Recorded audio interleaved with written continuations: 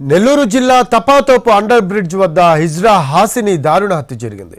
విడవలూరు మండలం పార్లపల్లిలో మహాలక్ష్మి అమ్మవారి ఆలయాన్ని ఆమె నిర్మిస్తోంది.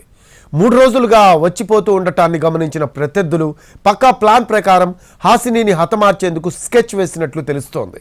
నెల్లూరులో హిజ్రాల సంఘానికి ప్రతినిధిగా వ్యవహరిస్తోంది హాసిని. పలువురితో వివాదాలున్నాయి. ఈ నేపథ్యంలో హత్య జరిగినట్లు భావిస్తూ ఉన్నారు. నిన్న గుడిలో పూజలు నిర్వహించి తిరిగి వస్తూ ఉండగా కత్తులతో పొడిచి హతమార్చారు ప్రత్యర్థులు. ఈ హఠాత్ పరిణామానికి భయపడిన ఆమె వెంట ఉన్న డ్రైవర్ అనుచరులు పారిపోయారు. అయితే అర్ధరాత్రి ఆమె మృతదేహాన్ని చూసిన స్థానికులు పోలీసులకు సమాచారం అందించారు. రంగంలోకి దిగిన పోలీసులు ఇప్పటికే హత్యకు కారణమైన 2 కార్ల కోసం గాలిస్తూ ఉన్నారు. హాసిని హత్యకు ఆర్థిక లావాదేవీలు కారణమా, మరే ఇతర కారణాలున్నాయా అనే కోణంలో పోలీసులు దర్యాప్తు చేస్తున్నారు.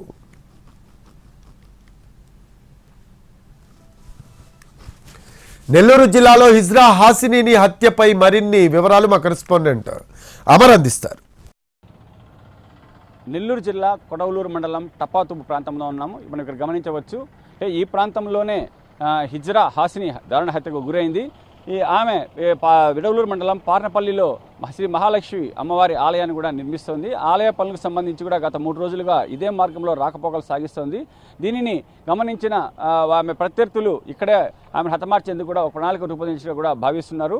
అంటే హాసిని నెల్లూరులో హిజ్రాల సంఘానికి ప్రతినిధి కూడా వ్యవహరిస్తోంది. చాలా కార్యక్రమాలు పాల్గొంటోంది.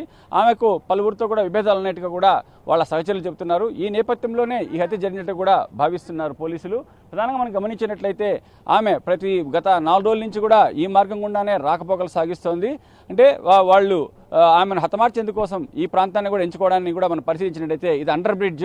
ఈ అండర్ బ్రిడ్జ్ నుంచి లోపలికి వెళ్ళిన తర్వాత కూడా రైల్వే గేట్ క్రాస్ చేసి అప్పకు కూడా వెళుతుంది. అంటే ఈ ప్రాంతంలో హతమారిస్తే ఎవరికి కూడా తెలియకుండా ఉంటుందని చెప్పి కూడా వాళ్ళు భావించినట్టంటే జనసమర్థం లేని ప్రాంతాన్ని కూడా ఎంపిక చేసుకున్నారు. అర్ధరాత్రి కావడంతో కూడా ఈ ప్రాంతంలో రాకపోకలు కూడా చాలా తక్కువగా ఉంటాయి. దాన్ని గమనించిన ప్రత్యర్థులు ముందుగానే 2 కార్లలో వచ్చారు. ఒక కారును ఒకవైపు పెట్టారు, మరో కారును ఒకవైపు పెట్టారు. అంటే ఒకవేళ తప్పించుకొని పారిపోతే కూడా అప్పటికప్పుడే అటకాయించి హతమార్చాలని కూడా భావిస్తున్నట్టు పరిస్థితి.